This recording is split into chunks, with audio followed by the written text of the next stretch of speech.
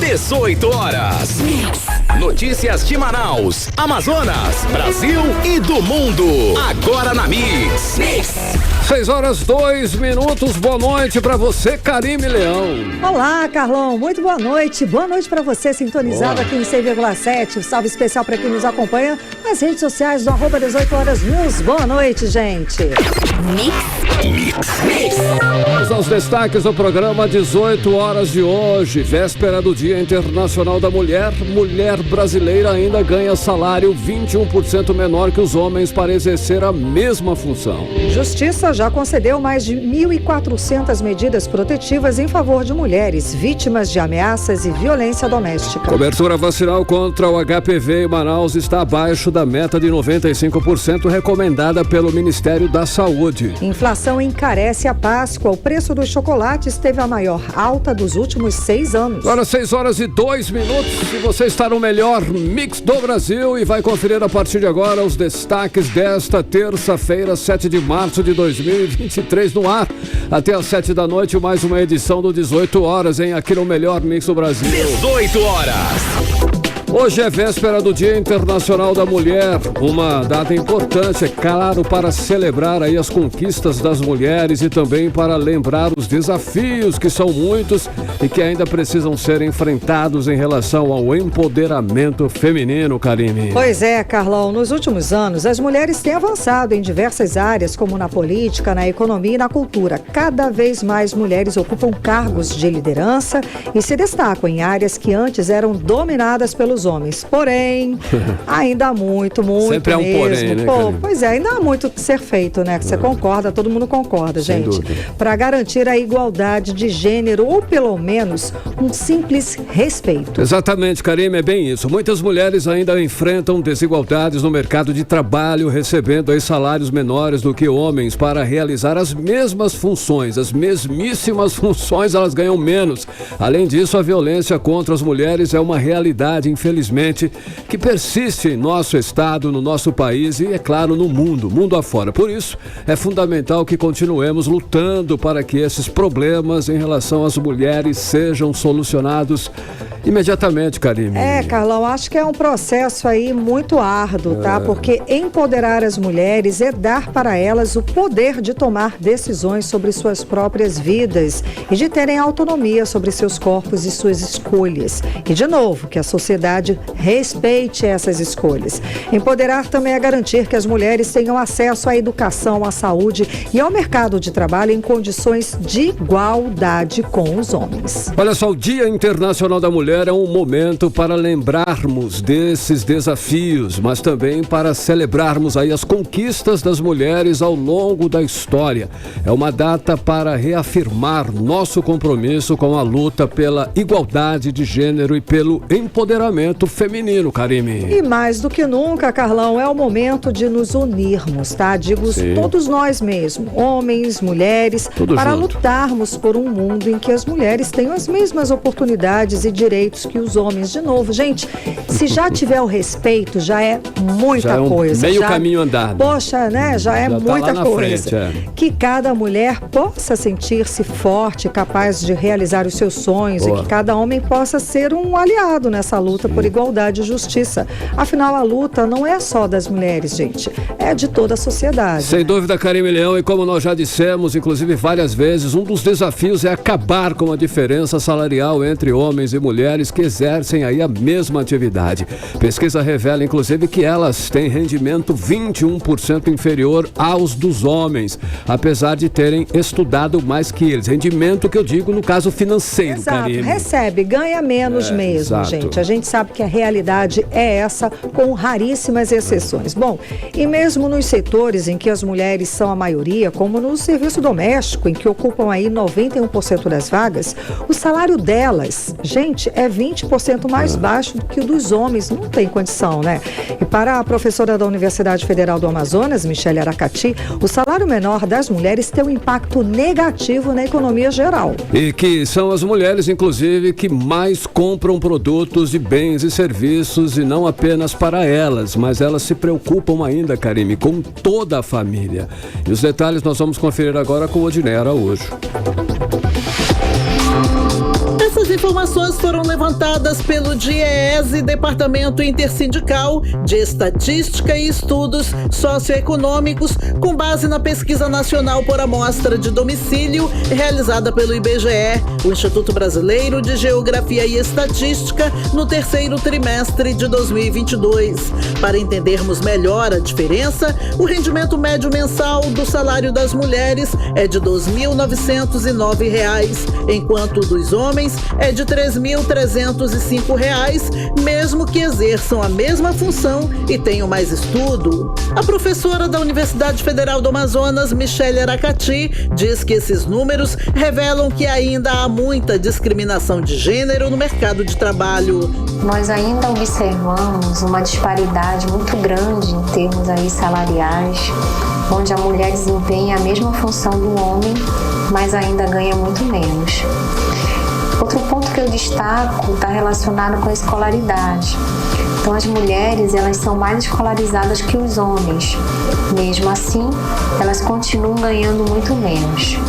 Até mesmo nos setores de atividades em que as mulheres são maioria, elas recebem menos. É o caso dos serviços domésticos, por exemplo. Nessa área, as mulheres ocupam 91% das vagas, mas o salário delas é 20% mais baixo que o dos homens, que também atuam nos serviços domésticos.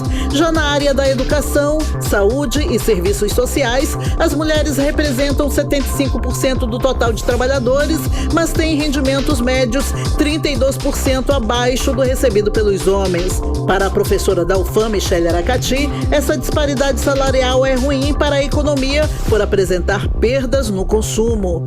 Quando as mulheres elas são mal remuneradas, e elas são a maioria da população, e também eu levo em consideração que geralmente elas adquirem bens e serviços, não somente para ela, mas como para a família, nós temos aí uma perda em termos aí de consumo, de aquisição de produtos, de bens e serviços, no aspecto ligado aí no cenário macroeconômico. Um outro ponto que eu destaco aqui também, que no momento que a mulher ganha menos, ela vai entrar mais na estatística de inadimplência e também na estatística de devedores. Michele Aracati também traz outro problema enfrentado pelas mulheres no mercado de trabalho. Algumas empresas preferem contratar mais homens, jogando as mulheres para a informalidade ou empreendedorismo, principalmente após elas se tornarem mães. Buscando aí uma flexibilidade e também um ganho acima do que ela ganhava quando era empregada, ela vai empreender. Então é por isso que nós vemos aí um número recorde de empreendedorismo feminino, com destaque principalmente para a capital do Amazonas. O outro destaque que eu faço aqui está relacionado aos trabalhos domésticos. Ainda são de responsabilidade das mulheres. Então, nós não temos ainda a cooperação por parte dos companheiros ou maridos para desempenharem os trabalhos domésticos. Outro destaque da professora é quanto às dificuldades das mulheres com filhos conseguirem emprego. As empresas ainda dão preferência às mulheres sem filhos. Odinei Araújo para o 18 horas. Você está ouvindo 18 horas. E em comemoração pelo Dia Internacional da Mulher, o governador Wilson Lima anunciou que o pagamento da parcela de março do auxílio estadual permanente será antecipado para esta quarta-feira, dia 8, justamente a data em que se comemora o Dia Internacional da Mulher. O programa do governo do Amazonas é coordenado pela Secretaria de Estado da Assistência Social. Mix. Olha, Karime, ouvintes, uma outra questão que é de extrema urgência, de extrema importância, é o fim da violência contra as mulheres, Karime. Dentro desse assunto que nós estamos hoje no tema, dia 8 de março, Dia das Mulheres. As taxas de feminicídio são elevadíssimas. Os espancamentos, as torturas físicas e psicológicas fazem parte da vida de milhares de mulheres, Karime. Pois é, Carlão, e só aqui no Amazonas, a Justiça já concedeu mais de 1.400 medidas protetivas em favor de mulheres vítimas de ameaças e violências domésticas somente nos primeiros meses deste ano, gente. Olha o número, viu? 1.400. Bom, vamos chamar novamente a repórter Odinei Araújo, que tem mais informações a respeito dessas medidas protetivas. Em janeiro e fevereiro desse ano, foram concedidas 1.420 medidas protetivas de urgência em favor de mulheres vítimas de ameaça e de violência doméstica e familiar. A maioria das medidas estão na capital, 860, e 559 no interior do estado, conforme as liberações do Tribunal de Justiça do Amazonas. Os números foram apresentados durante a abertura da 23ª Semana da Justiça pela Paz em Casa. De acordo com a juíza Ana Lorena Gazinel, a semana é um período de esforço concentrado que reúne tribunais de justiça de todo o país com o objetivo de potencializar a Lei Maria da Penha. Essa é uma campanha que foi idealizada pelo Conselho Nacional de Justiça. Nós já estamos na 23ª edição. E o objetivo dela é dar celeridade aos processos que envolvem violência doméstica, para que a vítima tenha cada vez mais confiança no sistema de justiça e passem a denunciar cada vez mais também, rompendo o ciclo da violência. Sobre a violência doméstica, o Tribunal de Justiça do Amazonas pautou 1.868 audiências para o período, sendo 711 na capital e as demais no interior do estado. Hoje são audiências para instrução e julgamento.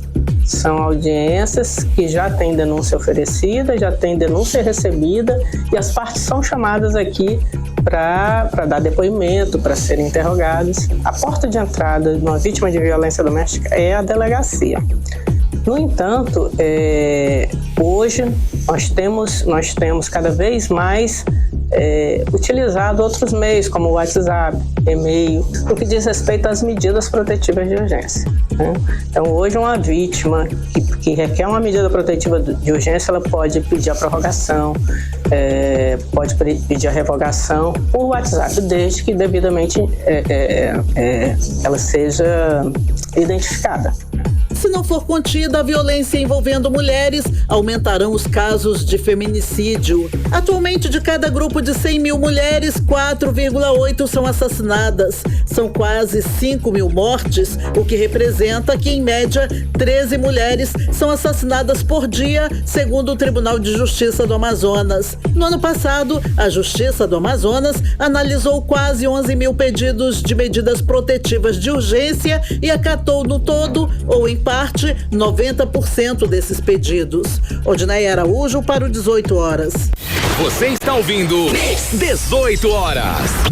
Entrevista do dia.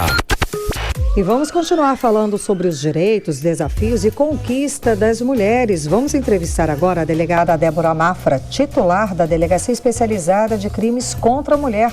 Muito boa noite, delegada. Seja bem-vinda ao 18 horas. Tudo bem? Boa noite para você, boa noite a todos que estão nos ouvindo, e eu já quero parabenizar você em nome de todas as mulheres pelo dia de amanhã, que é o nosso dia, o Dia da Mulher. Parabéns também, doutora. Vocês. Uma honra tê-la aqui no nosso programa para conversar sobre esse assunto muito importante. Eu sempre falo que a informação é a melhor arma que a gente tem.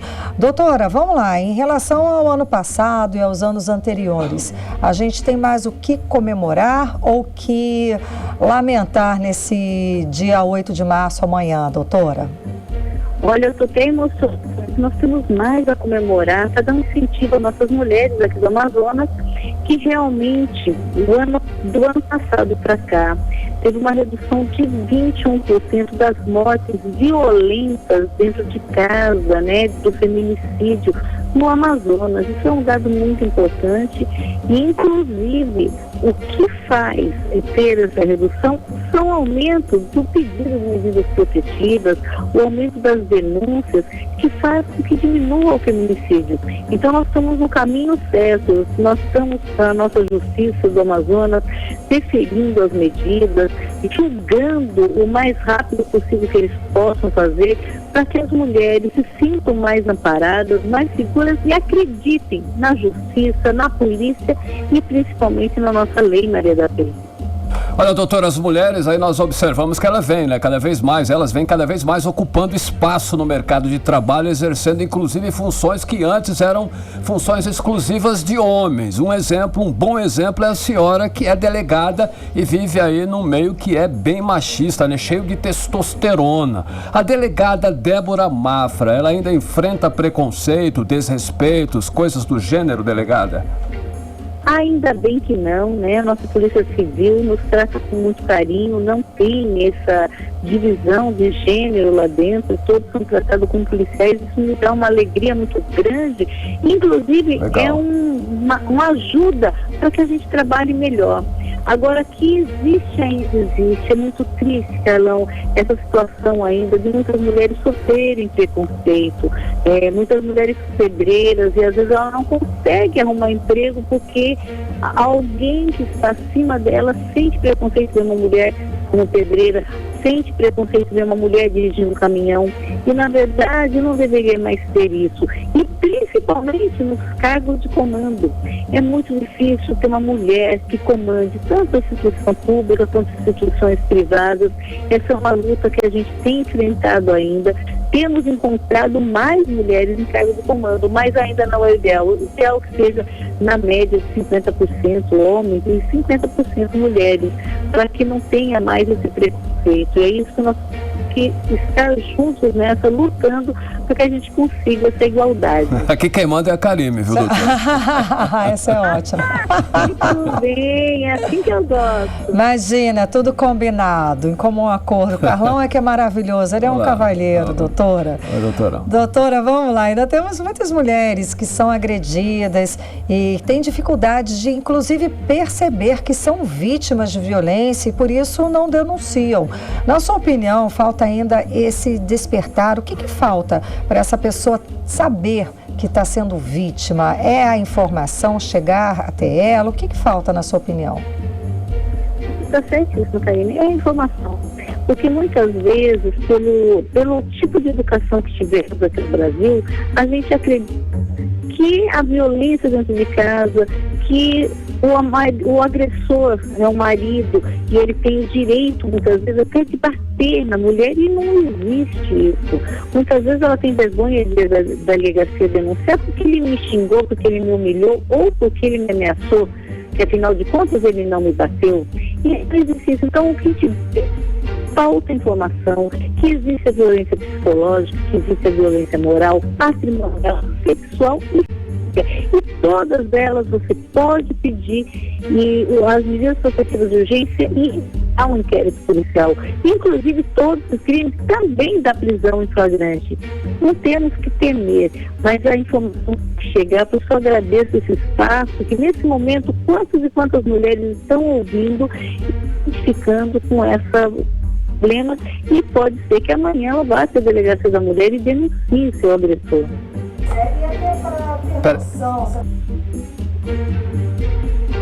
Então, doutora, e se essa pessoa que está nos escutando, ela está achando que não sabe exatamente se ela está sendo vítima de alguma dessas violências, não tem muita certeza, mas ela está com um sentimento ruim, não está se sentindo bem na relação, ela pode ligar e tirar essas dúvidas, né? Porque, de repente, para a pessoa escutar, pode ser preso, ela, meu Deus, mas não será? Não precisa tanto? Mas, de repente, só dela ligar para conversar e aconselhar e ter noção de onde ela está, seria interessante. Qual é o número mesmo, doutora? Fala para os nossos ouvintes. Sim, 3233-7012, que é o telefone da delegacia da mulher, mas o melhor que ela é ir até a delegacia, se orientar, conversar, nada melhor que o corpo a corpo.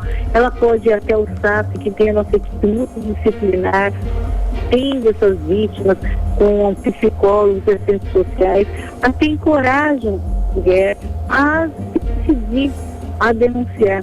Muitas vezes, como você falou, ela tem medo, ela não sabe como vai proceder. Será que vai dar prisão? Será que não vai? A prisão se dá de duas formas. Ou vai ser a prisão em flagrante, todos os crimes em Maria da Penha dão prisão em flagrante, ou pelo descumprimento da medida protetiva. Então, antes disso não vai ter aquela prisão, a não ser que seja algo muito, deixar esse homem solto, como um estupro, uma tentativa de feminicídio, que temos que representar rapidamente pela prisão preventiva.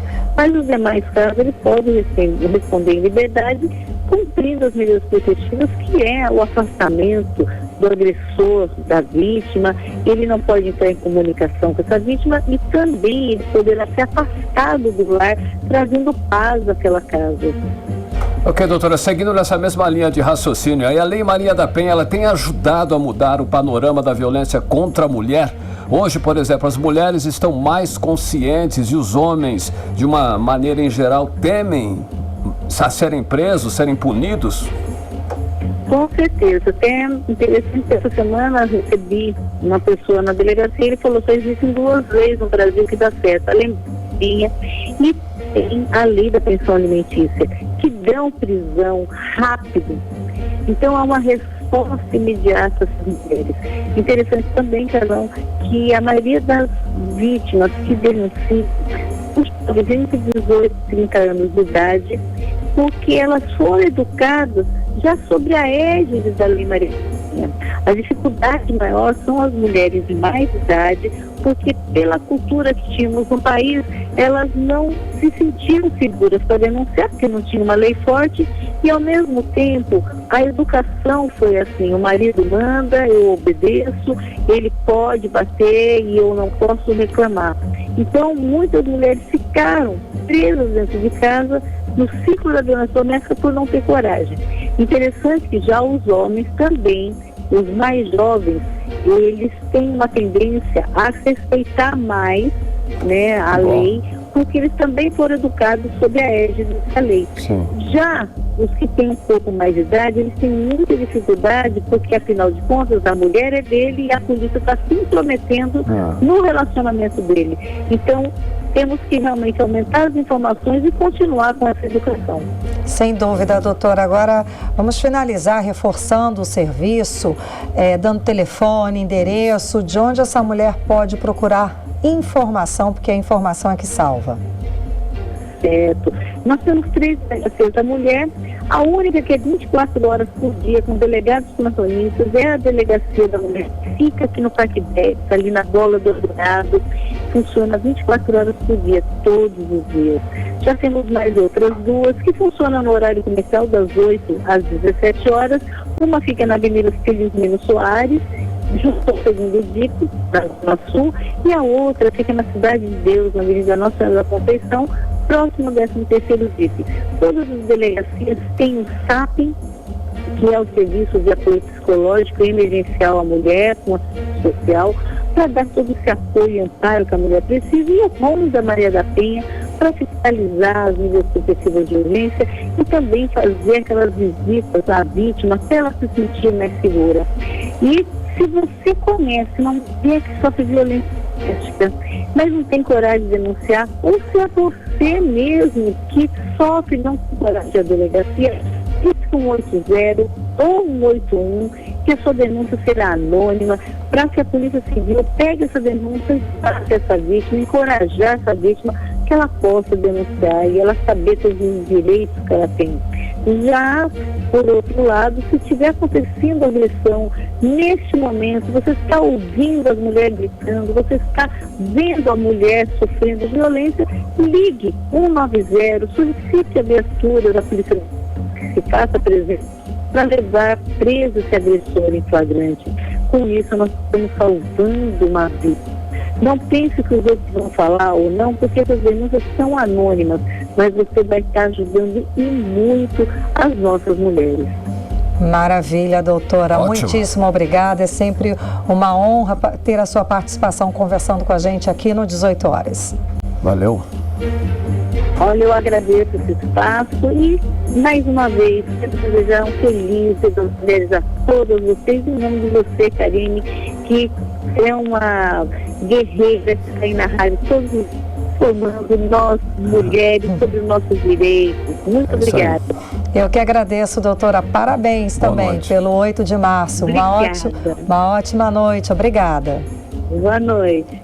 Tchau, tchau. Conversamos com a delegada Débora Mafra, titular da Delegacia Especializada de Crimes contra a Mulher. 6h26, você no melhor mix do Brasil. 18 horas. Daqui a pouco, aqui no 18 horas, seguem as discussões entre a reforma tributária e suas consequências para a Zona Franca de Manaus. É o nosso assunto em instantes. Mix. Agora nós vamos conferir previsão do tempo, hein, para amanhã, quarta-feira. Tempo e temperatura com ela, Karime Leão. Previsão do tempo. Segundo informações do Clima Tempo, a previsão para amanhã é de sol com muitas nuvens durante o dia, períodos de nublado com chuva a qualquer hora. A mínima prevista é de 23 graus, a máxima não deve passar dos 28 graus. As chances de chuva são de 90% e a umidade relativa do ar fica entre 70% e 97%. 6h27 e olha só, o Rio Negro subiu mais 8 centímetros de ontem para hoje, elevando o nível no Porto de Manaus para 24 metros e 72 centímetros acima do nível do mar. E ainda hoje, aqui no 18 horas, você confere: trabalhadores da educação do Amazonas reivindicam 25% de reajuste salarial. Esse é mais um dos nossos assuntos em instantes para você aqui no melhor mix do Brasil. 18 horas. Olha só, a cobertura vacinal contra o HPV em Manaus está abaixo da meta de 95%, que é recomendada pelo Ministério da Saúde. Pois é, Carlão, por isso a Secretaria Municipal de Saúde vem reforçando para que os meninos e as meninas possam se vacinar o quanto antes. Vamos acompanhar mais detalhes agora na reportagem de André Meirelles. A aplicação da vacina contra o papilomavírus humanos, o HPV, em Manaus, está abaixo da meta de 95% recomendada pelo Ministério da Saúde. O levantamento da Gerência de Imunização da Censa mostra que cerca de 68,94% das meninas de 9 a 14 anos tomaram a primeira dose da vacina e apenas 52% completaram o esquema vacinal com a segunda dose. Em relação ao público masculino, na mesma faixa etária, 46% receberam a primeira dose e apenas 26% a segunda. Conforme a diretora de Vigilância Epidemiológica da Censa, enfermeira Marinélia Ferreira, a infecção pelo HPV é sexualmente transmissível e a recomendação do Ministério da Saúde é que a vacina seja aplicada em pessoas que ainda não iniciaram a prática sexual. Infelizmente, ainda existe essa alusão, né? De que, porque o HPV é sexualmente transmissível, então eu vou acabar incentivando. Não existe nenhum estudo e nada que comprove essa correlação. Ao contrário, eu estou protegendo o meu filho ou a minha filha. E isso tem que ser feito na adolescência, porque é um momento em que não existe ainda a prática sexual. Por isso que ela não é feita em adultos. Um adulto que já tem vida sexual ativa não tem indicação de vacina, porque provavelmente ele já deve ter se contaminado com a questão do vírus. Mas o adolescente que não tem ainda a prática sexual, por isso que essa vacina é dada numa idade tão precoce. E quanto mais cedo, com 9 anos, que os pais realmente levem os adolescentes para já iniciar e completar esse esquema vacinal da HPV. A imunização contra o HPV é ofertada em 171 salas de vacinas da Prefeitura de Manaus. E o público-alvo é para meninos e meninas de 9 a 14 anos. André Meirelles para o 18 horas. Você está ouvindo 18 horas. 6h29 e a reforma tributária e suas consequências na Zona Franca de Manaus continuam sendo o assunto principal da bancada do Amazonas no Congresso Nacional e não tem por onde não ser, né, Karime? A novidade agora é que o grupo de trabalho da reforma tributária aprovou uma visita técnica ao Polo Industrial de Manaus. Pois é, Carlão, e o assunto não tem fim, né? Bom, muitos aí vão conhecer de fato como funciona a Zona Franca de Manaus. E para falar mais sobre essa visita, vamos conversar agora com o nosso correspondente em Brasília, o jornalista Carlos Eduardo Matos. Cadu, chega junto. Cadu, seja bem-vindo. Então, Cadu, o que os deputados que estão aí nesse grupo, eles vão vir fazer aqui em Manaus exatamente? Eles vão lá para o chão da fábrica, vão tomar lições a respeito da Zona Franca de Manaus? Conta pra gente, Cadu, boa noite. É por aí o caminho, Karime. Boa noite para você, boa noite, Carlão. Boa noite, ouvintes do programa 18 horas. O objetivo é pedagógico, Karime. A ideia dos deputados do Amazonas que estão no grupo de trabalho e que estão trabalhando em sintonia com o governo do estado é apresentar o polo industrial de Manaus aos parlamentares de fora, mostrar para eles que a Zona Franca é um modelo industrial de baixo carbono, que opera sob a condição de preservação ambiental, que gera emprego, arrecadação para o Estado e para a União, ou seja, que arrecada mais do que custeia, né? E que promove também o desenvolvimento da região amazônica. A ideia é essa. Essa visita técnica foi aprovada agora à tarde na reunião deliberativa do grupo de trabalho na Câmara dos Deputados. É importante ressaltar que essa visita técnica foi uma ideia levantada pelos 3 parlamentares que atuaram em conjunto. O deputado Saulo Viana propôs durante a conversa, mas aí o Adail Pinheiro reforçou, Sidney Leite também reforçou, e juntos entraram com um requerimento, o qual foi aprovado agora à tarde. A ideia dessa visita técnica é tentar vencer os preconceitos, Karime. Diminuir a força das fake news, das informações que deturpam e confundem os parlamentares sobre o modelo da Zona Franca de Manaus. E superando esses obstáculos, o objetivo é ter o apoio político desses parlamentares na manutenção da Zona Franca de Manaus nessa reforma que vai mexer com a carga tributária e, consequentemente, vai afetar os incentivos fiscais que são ofertados atualmente pela Zona Franca de Manaus. O objetivo é manter a competitividade do nosso modelo econômico. Essa visita técnica está, então, prevista para acontecer na primeira semana de maio, Karime. Os parlamentares do grupo de trabalho vão visitar algumas fábricas, ao todo são 12 parlamentares, né, desse grupo de trabalho. Eles vão visitar algumas fábricas, com certeza do polo de 2 rodas, algumas do polo eletroeletrônico e do polo de celulares. E vão visitar a sede da Suframa e conversar com os técnicos do governo do estado. E aí, dessa forma, saírem de Manaus aí com muitas informações verdadeiras e também positivas, né? E essa mobilização, com certeza, vai ajudar o Amazonas, que precisa muito de apoiamento político nesse debate da reforma tributária. Karime, Carlão. Cadu, antes de seguir, Cadu, só uma dúvida aqui. A gente segue aqui, a superintendência da Suframa segue sem um superintendente, a gente está com um interino ainda, assim como outras instituições importantes, como o INSS, Cadu. Existe algum prazo? A gente vai ficar assim com essa questão do interino até sabe Deus quando? Como é que está essa situação, Cadu?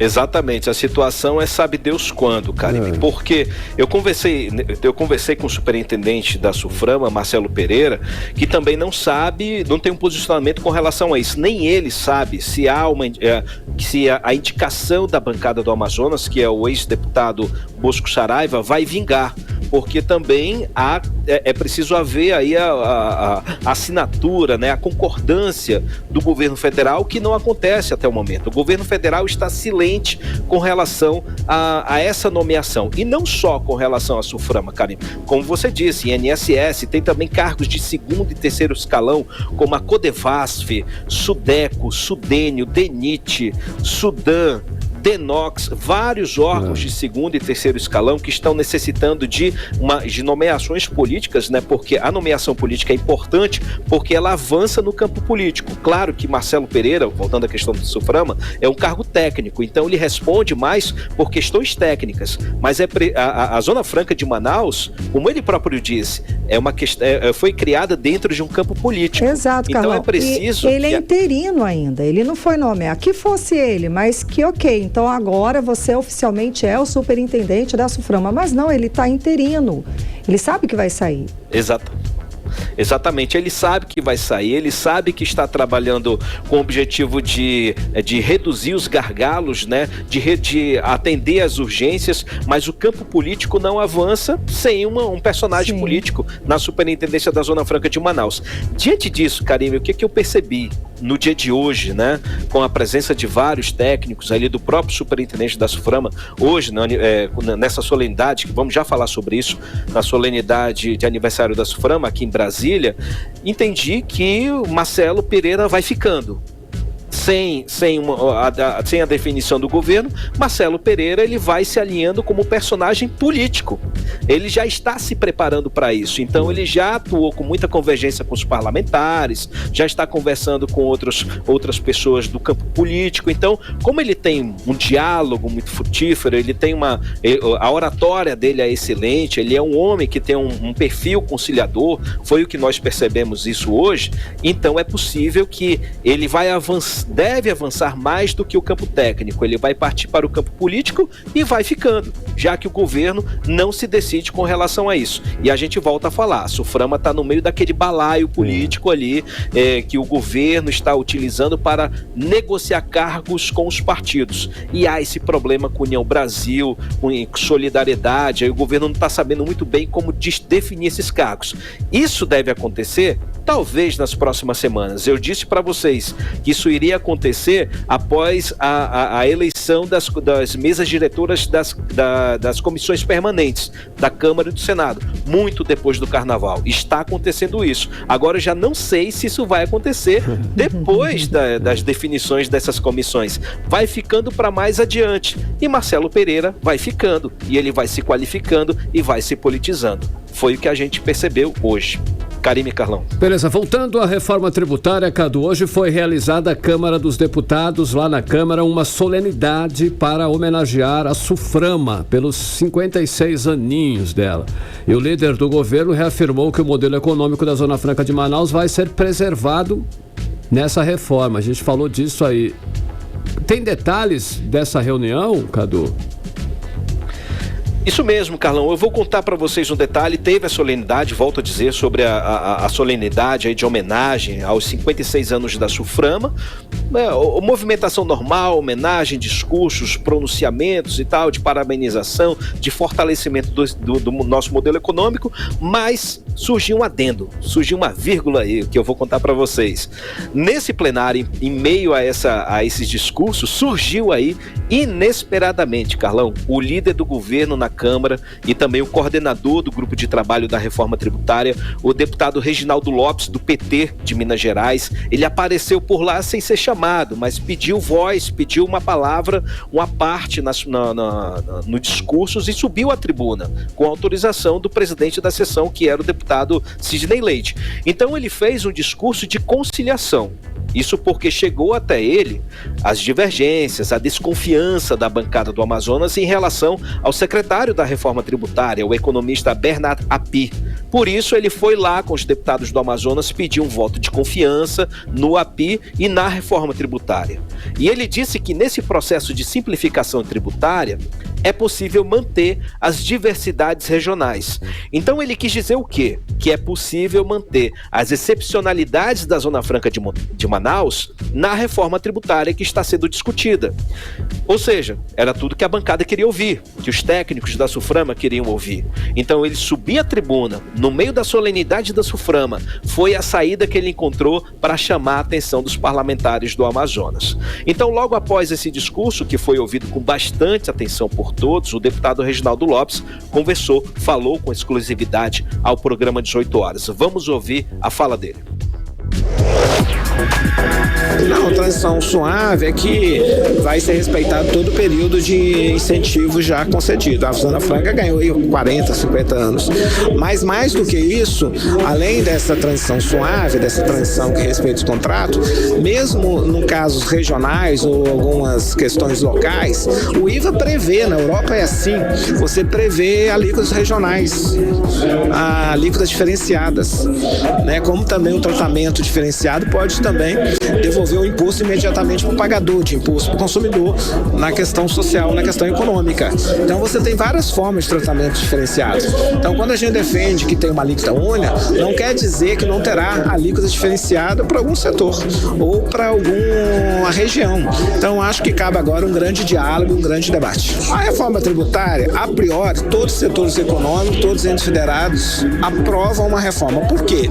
Porque os pobres vão ganhar mais do que os ricos. crescendo, mas os ricos também vão ganhar, porque o Brasil vai crescer 20% em 10 anos. Os estados mais pobres vão ganhar mais que os estados mais ricos, mas os estados ricos vão ganhar também. Então é uma política do ganha-ganha. Então cabe ao grupo de trabalho, o GT, a construir as mesas de dissensos, vamos dizer assim, para a convergência. Então o ministro Fernando Haddad abriu a agenda uma vez por semana, para a gente levar os dissensos e buscar os acordos necessários para reformar o sistema tributário brasileiro. É impossível continuar com o sistema tributário brasileiro que nós temos hoje. 18 horas. A gente ouviu agora a fala do deputado Reginaldo Lopes, líder do PT na Câmara e coordenador do Grupo de Trabalhos da Reforma Tributária, para apaziguar aí a situação dessa polêmica entre Zona Franca de Manaus e reforma tributária, né, Cadu? Isso, ele subiu à tribuna para tentar conciliar, para tentar, como você, apaziguar, para tentar colocar a bola no chão e chamar os parlamentares do Amazonas para junto do governo diante de tanta discussão. A gente sabe que o senador Omar Aziz, ele foi bastante duro com relação ao Bernardo Api, com relação à reforma tributária. Também há nesse pano de fundo, nessa cortina de fumaça, uma insatisfação com o governo com relação à não nomeação de ninguém à superintendência da Zona Franca de Manaus. Então tem todo esse debate, tem todo esse contexto que está atrapalhando, né, o discurso. Então o Reginaldo Lopes apareceu nesse sentido de colocar a bola no chão e de tentar apaziguar, colocar todo mundo junto no mesmo grupo. Não sei se vai dar certo, é o que vamos conferir, vamos aguardar, né, Karine? Agora também nós falamos aí com o deputado Sidney Leite, que presidiu essa solenidade. Ele achou que a fala do coordenador foi positiva e que pode resultar sim numa conciliação com a bancada do Amazonas. Então vamos ouvir o que disse Sidney Leite. Eu entendo que a presença dele aqui, primeiro, é a demonstração da preocupação que há por parte do grupo de trabalho, ele que preside, em garantir a vantagem comparativa do modelo do polo industrial de Manaus. Segundo, o compromisso dele ir a Manaus, bem como outros pares que pertencem ao grupo de trabalho, é também a demonstração da preocupação que tem com este modelo. Então eu vejo como um gesto positivo. Eu ontem participei de uma reunião com o ministro Fernando Haddad e ele destacou, né, a preocupação, o compromisso do governo em relação à Zona Franca de Manaus, e nós, claro, estamos dialogando nesse sentido para construir uma proposta que contemple o modelo. Esse, com certeza, é o nosso grande desafio e nós estamos trabalhando a 4 mãos, eu e os pares deputados que estamos no grupo de trabalho, como toda a bancada. 18 horas. Agora a gente escutou o deputado Sidney Leite, membro do Grupo de Trabalho da Reforma Tributária, que está otimista com o resultado desses debates e a Zona Franca de Manaus, né, Cadu? Isso mesmo, Karime. E ele falou um ponto importante aí, que ontem ele participou de uma reunião com o ministro da Fazenda, o Fernando Haddad, mas isso daí deu uma polêmicazinha agora à tarde, porque os outros parlamentares não teriam sido convidados. Então eu conversei com ele, com o deputado Sidney Leite, ele disse que na verdade ele também não foi convidado, ele foi convidado pelo líder do PSD, o deputado Antônio Brito, para participar dessa reunião, pegou pelo braço e foram juntos. Então por isso que ele participou, foi o que ele me disse, tá? Não sei se, não posso garantir a verdade dessa informação, mas aí foi o que ele disse. Agora isso fez com que a imprensa entendesse que os outros 2 deputados tivessem sido escanteados. Na verdade, ele disse que então os 3 não foram, ou seja, não foram convidados, né? Então isso deixa mais uma interrogação. De um lado tem Reginaldo Lopes tentando apaziguar a situação, mas tem do outro lado Fernando Haddad não chamando nenhum deputado do Amazonas para discutir Zona Franca de Manaus na reforma tributária. Estranho. Então o próprio governo não se entende. Governo federal não está no mesmo alinhamento de entendimento com a Zona Franca de Manaus. Por isso que mantém-se a desconfiança com relação ao governo. Agora a gente vai falar aí do superintendente da SUFRAMA, Marcelo Pereira, participou desse evento, fez um discurso. Ele também achou a fala do deputado Reginaldo Lopes positiva, um passo à frente aí nas discussões pró-Zona Franca de Manaus. Vamos ouvir o que ele disse. Sim, Carlos, eu vejo como positivo o discurso do do líder do governo e presidente do grupo de trabalho, é porque o próprio presidente Lula nos garantiu que a Zona Franca de Manaus ela será preservada na reforma tributária. O presidente Lula venceu uma eleição que foi muito difícil e ele tem um compromisso de pertencimento com a Zona Franca de Manaus. Os momentos em que a Zona Franca foi mais valorizada foram justamente nos momentos em que o Lula foi presidente. E ele, junto com o vice-presidente Geraldo Alckmin, que já esteve representando o estado de São Paulo, já nos chamaram para conversar no Ministério do Desenvolvimento, Indústria e Comércio, para reafirmar o compromisso de que eles não pretendem em nenhum momento atacar a Zona Franca, porque eles entendem que o modelo foi exitoso, que ele mantém as pessoas na região, mas que eles precisam estudar estratégias para fazer com que a riqueza produzida no polo chegue também nos interiores. Isso é importante para nós. As críticas, elas são bem-vindas, não necessariamente apenas os elogios. As críticas que nos obrigam a pensar num modelo mais igualitário também nos ajudam. 18 horas. E agora a gente acompanhou outra fala otimista, né, do superintendente interino da Zona Franca de Manaus, Marcelo Pereira. Cadu. Todos otimistas, né? Sim. Parece que tá todo mundo bem, mas não tá tudo bem, não. Pois é, porque o governo federal fala uma coisa, mas age contrário ao discurso. Aí é complicado mesmo. Isso, o deputado Silas Câmara fez um discurso exatamente disso. A postura do governo é ambígua. Sim. Então tem uma certa razão. A bancada tenta apaziguar, colocar panos quentes ali, faz parte do jogo político, mas o cenário é esse, de ambiguidade no discurso do governo. E para finalizar, conversamos com a líder, falamos com parlamentares, Suframa, e agora vamos falar com os empresários. Eu também conversei com o presidente executivo da Eletros, o senhor Jorge Nascimento. Vamos ouvir a fala dele com relação ao discurso apaziguador de Reginaldo Lopes. Eu ouvi com muita atenção o deputado Reginaldo, que se mostrou extremamente consciente da importância e da necessidade da preservação das vantagens comparativas da Zona Franca de Manaus. Como isso vai acontecer é que ele também se mostrou aberto à construção de soluções. É inadmissível que a gente tenha uma reforma tributária que venha prejudicar o modelo mais bem sucedido do desenvolvimento regional do país. Então ele se mostrou muito consciente, aberto à construção de diálogo, e a gente entende que esse é o melhor caminho. Agora é a segunda fase, sentarmos todos e construirmos as soluções para uma reforma tributária que preserve as vantagens comparativas da Zona Franca, que melhore o ambiente de negócios no Brasil e que não venha onerar ainda mais o consumidor, a população brasileira. 18 horas. E agora a gente acompanhou o posicionamento importantíssimo do senhor Jorge Nascimento, presidente executivo da Eletros, a Associação Nacional dos Fabricantes de Produtos Eletroeletrônicos, Cadu. Essa intervenção do deputado Reginaldo Lopes, que é o líder do PT e também coordenador do grupo de trabalho da reforma tributária, foi uma iniciativa que deu um fôlego, um oxigênio, colocou aí um pano de fundo aí nessa discussão, nessa tensão que há nessa discussão sobre a reforma tributária e Zona Franca de Manaus. Agora, o que a gente espera é a diminuição, a redução das tensões, né? Resta aí o coordenador da bancada, o senador Omar Aziz, tentar diminuir um pouco o tom, já que o governo diminuiu um pouco dele, é hora da bancada também diminuir um pouquinho para tentar ver se vai rolar um equilíbrio nessa relação entre bancada e governo. Então, já agora que está chegando na temperatura certa, chegou a hora de discutir. Resta agora acabar com as desconfianças. Carlão e Karine, volto com vocês. Obrigada pelas informações, Cadu. Boa noite, bom trabalho. Tchau, tchau. Tchau, gente. Valeu. Tchau, tchau. 6h49. 18 horas.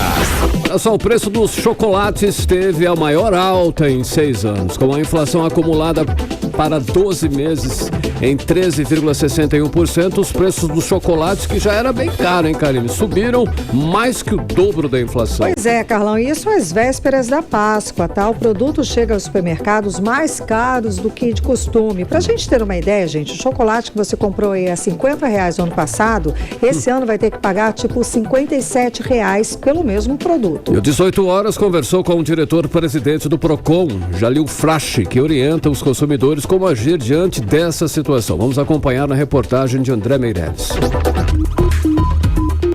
O preço do chocolate teve a maior alta em 6 anos. Com a inflação acumulada para 12 meses em 13,61%, os chocolates tiveram mais que o dobro de alta em relação ao índice de preço ao consumidor amplo, que ficou no mesmo período em 5,77%. Às vésperas da Páscoa, o produto chega aos supermercados mais caro do que de costume. O diretor-presidente do Procon Amazonas, Jalil Frache, informa que os locais de vendas de produtos da Páscoa devem passar por uma fiscalização para orientar consumidores e comerciantes a respeito de preços e produtos. Iremos percorrer os supermercados e algumas lojas que vendem produtos de Páscoa, que vendem ovos de Páscoa e demais produtos, para fazer aquela abordagem orientativa com a finalidade de garantir boas compras aos consumidores amazonenses. O diretor ressalta ainda que qualquer irregularidade em respeito aos produtos relacionados à Páscoa podem ser denunciados nos canais oficiais do órgão. E se algum consumidor ou consumidora tiver alguma dúvida ou alguma denúncia a realizar que não seja de combustível, de qualquer outro motivo, e especificamente nessa pauta que nós estamos falando, que são os ovos de Páscoa e produtos de Páscoa, nós temos nossos canais oficiais à disposição. Pode ter certeza, se denunciar nós vamos fiscalizar. Segundo pesquisas, os ovos de chocolates ficaram mais caros com o aumento de ingredientes no último ano e acreditam que uma redução de preços ainda deve demorar a chegar aos supermercados. André Meirelles para o 18 horas. Você está ouvindo 18 horas. Agora são 6 horas e 51 minutos. Você no melhor mix do Brasil, e o governo do estado aceitou negociar com o Sindicato dos Trabalhadores em Educação, o Sintean. O que está em discussão é o pagamento da data base da categoria, que venceu no dia 1º desse mês. A reunião dos representantes do Sintean será com o secretário de governo, que é o Sérgio Litaif Filho. Então, Carlão, hoje de manhã, os trabalhadores da educação, que reivindicam 25% de reajuste salarial, ocuparam as galerias da Assembleia Legislativa, pedindo que os deputados intermediassem aí as negociações. Isso acabou acontecendo. Vamos acompanhar o que disse a professora Ana Cristina Rodrigues, presidente do Sintean. Hoje realizamos um ato na Assembleia Legislativa através da campanha Dialoga Governador, pela database dos trabalhadores e pela pauta de reivindicação aprovada na nossa última Assembleia. Com este ato, queremos chamar a atenção dos deputados e deputadas pela sua responsabilidade com os trabalhadores e com as reivindicações dos mesmos. Com isso, conseguimos já um pré-agendamento no dia de amanhã com a Casa Civil para apresentarmos as nossas pautas e para tentarmos aí abrir de fato a mesa de negociação com o governo do estado, para que os trabalhadores possam ter não só a recomposição dos seus salários, mas também a recomposição e valorização das suas carreiras. 18 horas. Agora são 6 horas e 53 minutos. Você está no melhor mix do Brasil, conferindo os destaques de hoje. Agora nós vamos conferir o tempo e a temperatura com Karime Leão. Previsão do tempo. E segundo informações do Clima Tempo, para esta noite a previsão é de chuva rápida a qualquer hora. A mínima prevista de 24 graus, a máxima não deve passar dos 29 graus. As chances de chuva são de 90% e a umidade relativa do ar fica entre 69% e 96%. Mix. Chegou a hora da gente falar a respeito dos bastidores da política amazonense, da política local, com ela, Cíntia Blink. Seja muito bem-vinda, menina. Tudo bem? Boa noite. Seguinte, em pleno 2023, ainda tem gente fazendo discurso contra a vacina, Cíntia. Quem foi o político que fez isso, que propagou essa negatividade, esse negacionismo, Cíntia, hoje? Conta pra gente. Oi, Karime, Carlão e todo mundo que tá com a gente aqui na 100.7. Acredita que ainda tem isso? Não é? Foi o vereador Wallace Oliveira. Ele usou a palavra lá na Câmara Municipal de Manaus para falar contra a vacina da Covid. Ele estava reclamando porque as escolas particulares têm escolas particulares que estão exigindo aí que os estudantes comprovem que se vacinaram para poder fazer as suas matrículas. O vereador Wallace Oliveira chamou essa obrigatoriedade de aberração. Ele também disse que a vacina não tem eficácia comprovada, enfim, foi um show ali de desinformação. E, como eu sempre gosto de falar aqui, em valores, porque quando dói no bolso, né, a gente fica mais atento. Um vereador de Manaus ganha aí uma remuneração hoje de um pouco mais de R$18 mil. Então são quase 18 mil para ele ter o direito de falar esse tipo de coisa. Além de ir contra a ciência, a fala do vereador vai contra uma lei que foi aprovada em novembro, ano passado, né?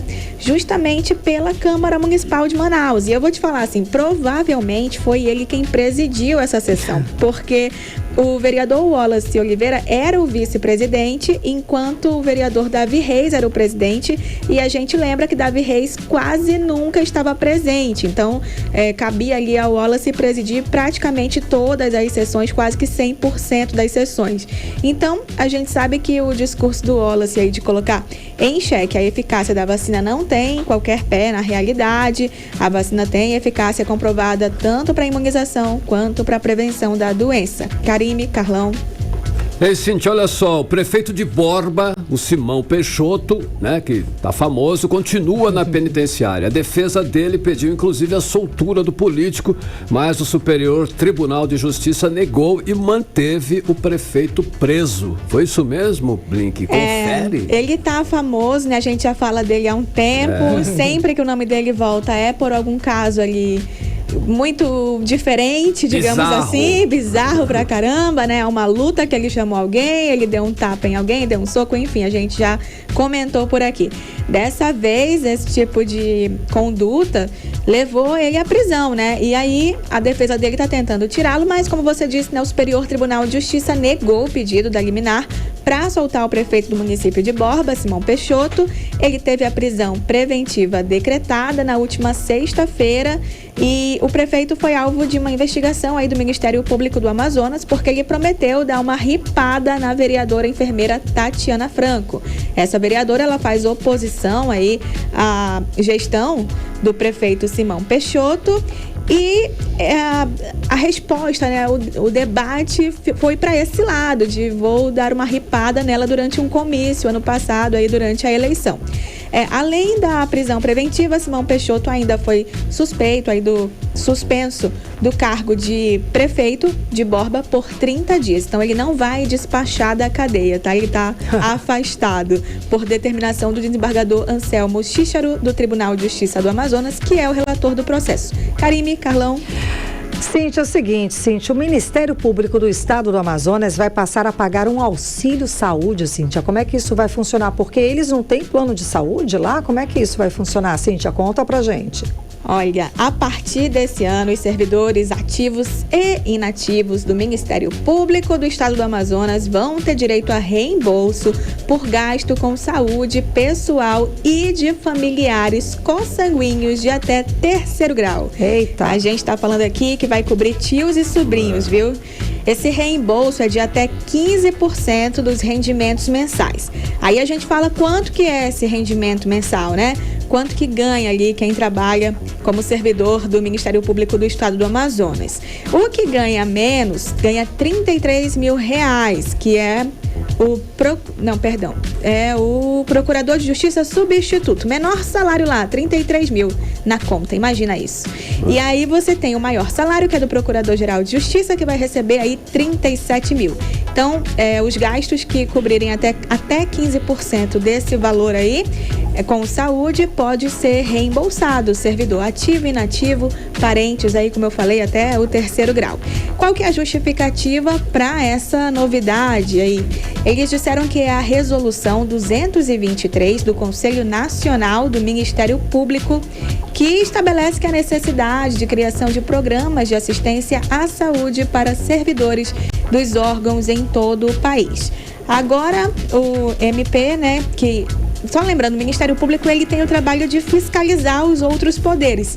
Agora, quem é que vai fiscalizar o Ministério Público? Fica difícil. Pode ser uma decisão legal, né? Legalmente ok, mas a gente fica se perguntando se isso é moral, porque o que acontece? A população vai pagar, você que está ouvindo a gente, vai pagar para que essa galera toda aí tenha acesso à saúde particular. Ó, que lindo. Você que fica horas na fila, um tempão esperando agendamento médico na rede pública de saúde, vai pagar esse luxo. Ou não, você que não consegue pagar para você ou para sua família, mas saiba que você consegue pagar para alguém, que são os servidores aí do Ministério Público e muita gente da família deles, ativos e inativos. Árvore genealógica. Exatamente.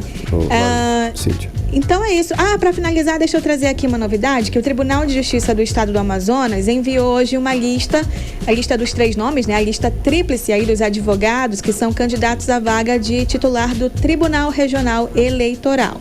Os candidatos são Gisele Falcone Medina, ela teve aí o maior número de votos hoje, 19 votos. Afimar Cabo Verde Filho, teve 11 votos, ficou aí no segundo lugar. João Antônio da Silva Tolentino, que recebeu 10 votos.